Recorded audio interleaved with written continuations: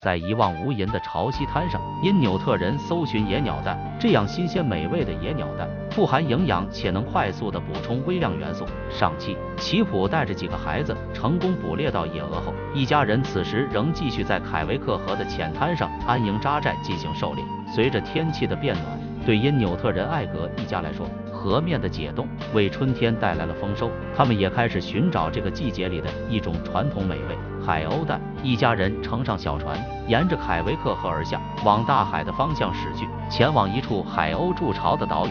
今天是他们一家第一次去往那里查看。如果海鸥已经开始筑巢产蛋，他们将会在那里进行3天时间的捡拾海鸥蛋。当小船抵达岛屿后，由于这里地形开阔且蜿蜒崎岖，到处还有潮湿的泥潭，于是奇普将大家分成2人1组，相互结伴有个照应，并开始搜寻鸟蛋。每年当春季来临，冰层消融，潮水退去时，能到这里捡鸟蛋是孩子们最快乐的时刻。每年数以亿计的候鸟返回北极进行繁殖，它们在北极的高山海岛以及荒无人烟的荒原上筑巢繁殖，并产下数十亿枚的鸟蛋。捡鸟蛋是因纽特人数千年以来一直保留的传统，这些鸟蛋富含营养，是因纽特人补充微量元素以及能量的最佳食物之一。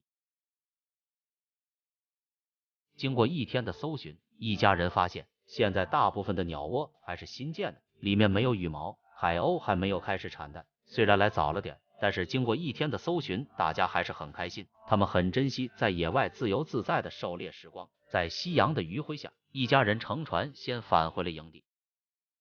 虽然还未到捡拾鸟蛋的时机，但是奇普一家也没有闲下来。回到营地的奇普计划制作一些捕捞鱼的渔网。此时正是捕捞胡瓜鱼的季节。胡瓜鱼又叫多春鱼，体型细小纤长，肚中饱含鱼子，营养价值较高。在北极地区，每年胡瓜鱼都会逆流而上产卵，这时的海洋以及河流中到处都是胡瓜鱼的身影，多不胜数，甚至在河边随便用手一捞，就能捞上不少的小鱼。而北极回迁的候鸟们，正是通过捕食这些富含营养的鱼儿，然后筑巢产卵来繁殖后代。早期，人们将胡瓜鱼捞上来后直接腌制，晾晒干后再进行食用，味道十分的鲜美。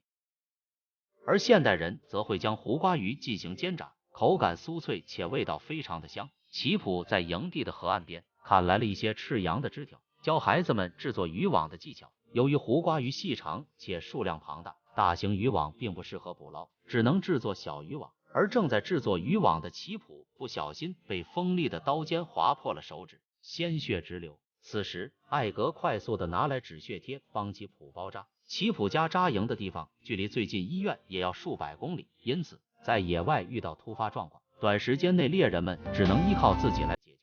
当渔网制作完成并测试实用后，奇普带上2个女儿乘船外出，尝试捕捞鱼。每年胡瓜鱼逆流而上的时间非常短暂，奇普一家要时刻注意胡瓜鱼游动的迹象，如果错过时机，猎人们将很难捕捞到这些新鲜且富中饱含鱼子的鱼儿。经过搜寻，奇普和孩子们并没有发现洄游的鱼群。此时天色已晚，他们只好返回营地，等待机会再继续来捕捞。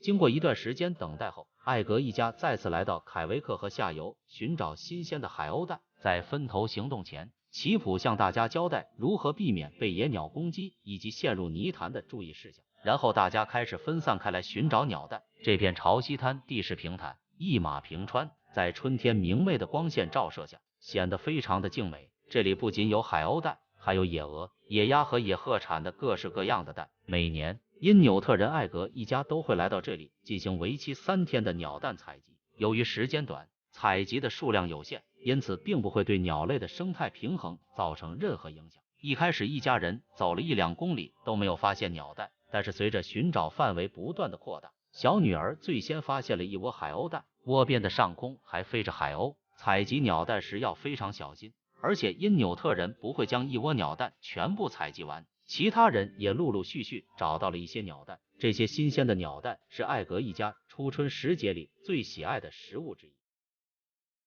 经过1天的搜寻，最后大家回到了聚集点，每个人把自己收集到的鸟蛋集合在一起，数了一下，共有51个。第1天采集的收获还不错，这是一个好的开始。从现在开始，一家人将有美味的鸟蛋可以吃了。1天的辛苦付出，看着满满的收获，所有人都非常的开心。